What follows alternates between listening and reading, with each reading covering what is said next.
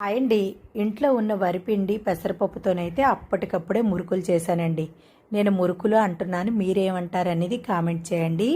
కుక్కర్లోకి అయితే పెసరపప్పు వేసుకొని నీళ్లు వేసుకొని పెసరపప్పు బాగా కడిగి మళ్ళీ నీళ్లు వేసుకొని కుక్కర్ మూత పెట్టుకొని పెసరపప్పు అనేది 5 విజిల్లు వచ్చేంత వరకు ఉడికించుకొని పక్కన దించుకోవాలి. స్టవ్ మీద అయితే ఆయిల్ అనేది మరిగించుకోవాలండి. ఆయిల్ కూడా పక్కన మరిగించుకుంటున్నాను నేను. ప్లేట్లోకి అయితే 5 గ్లాసులు వరిపిండి, టేస్ట్కి సరిపోయినంత ఉప్పు, 1 స్పూన్ వామ్ అనేది వేసుకుంటున్నాను. కారం కూడా 1 స్పూన్ ఉంటుందండి, కారం కూడా వేసుకుంటున్నాను, పొడి కారం. మీకు కారం సరిపోతే మీరు కూడా వేసుకోవచ్చు, నాకైతే సరిపోతుంది.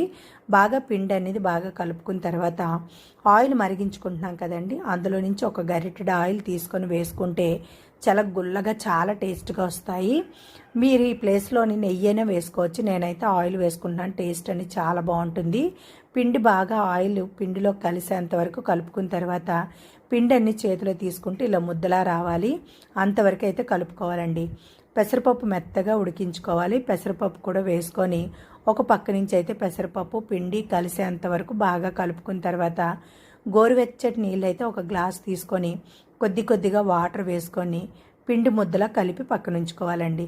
చూసారా, చాలా సాఫ్ట్గా కలుపుకోవాలి, చపాతీ ముద్దలా కాదు, ఇలా సాఫ్ట్గా కలిసేంత వరకు కలుపుకొని పక్కన ఉంచుకోవాలి. అయితే జంతికల గొట్టంలోనైతే స్టార్లో ఒకటి ఉంటుంది కదండి ప్లేట్, అది పెట్టుకొని కొంచెం జంతికల గొట్టంకి అయితే ఆయిల్ రాసుకొని పిండి పెట్టుకుని ఇలా ఆయిల్లోనైతే వేసుకోవాలి. ఇలా మురుకుల్లా వేసుకోవాలి, చాలా క్రిస్పీగా ఉంటాయండి మురుకులు. బాగా ఫ్రై చేసుకోవాలి, మంచి కలర్ వచ్చేంత వరకు ఫ్రై చేసుకొని ఆయిల్లో నుంచి తీసుకొని ఆయిల్ వడపు కట్టుకొని ప్లేట్లో వేసుకోవటమేనండి. 1 మంత్ వరకు స్టోర్ చేసుకోవచ్చు. అంతేకాదండి, హాస్టల్లో చదువుతున్న పిల్లలకైతే ఇలా మురుకులు చేసిస్తే చాలా ఇష్టంగా తింటారండి, వాళ్ళకైతే చాలా బాగా నచ్చుతాయి. అంతేకాదండి, మన ఇంట్లో ఉన్న పెద్దవాళ్ళు కూడా లాగించేస్తారు, అంత టేస్ట్గా ఉన్నాయండి. ఒక్కసారి మీరు ట్రై చేయండి. అయితే మీరు చేసి ఎలా వచ్చాయి అనేది కామెంట్ బాక్స్లో కామెంట్ చేయండి.